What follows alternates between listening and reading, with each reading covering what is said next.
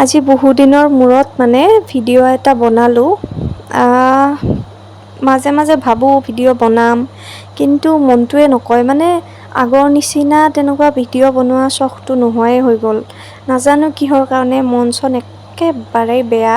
আৰু এই 15 দিনমানৰ পিছত যোৱাকালি আৰু আজি এটা ভিডিঅ' বনালোঁ। আজি এতিয়া মানে মই ডিউটিৰ পৰা দুৰ্গা পূজা, আজি যিহেতু বিসৰ্জন দিব দুৰ্গা মাক, তো তাতেই সেৱা চেৱা ল'লোঁ।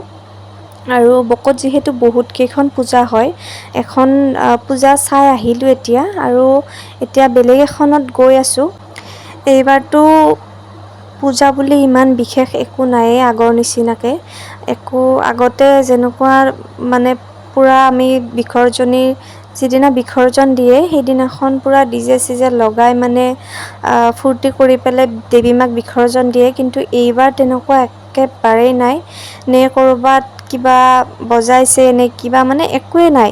আৰু কিহৰ কাৰণে মানে এনেকুৱা পৰিস্থিতি হৈছে সেইটো হয়তো মই কোৱাৰ প্ৰয়োজন নাই, আপোনালোক সকলোৱে জানেই। এতিয়া মন্দিৰত সেৱা লৈ থাকোঁতে মানে কি হ'ল, এয়া পূজা মণ্ডপৰ আগত বহি আছিলোঁ। তাতেই এই আগত দেৱী মাৰ প্ৰতিমাৰ আগত জুবিন দাৰ ফটোখন লগোৱাই আছে। আৰু দেখি মানে নাজানো, মানে তেখেতক তেনেকৈ মালা লগাই পেলাই আগত চাকি জ্বলাই তেনেকৈ থৈ দিছে।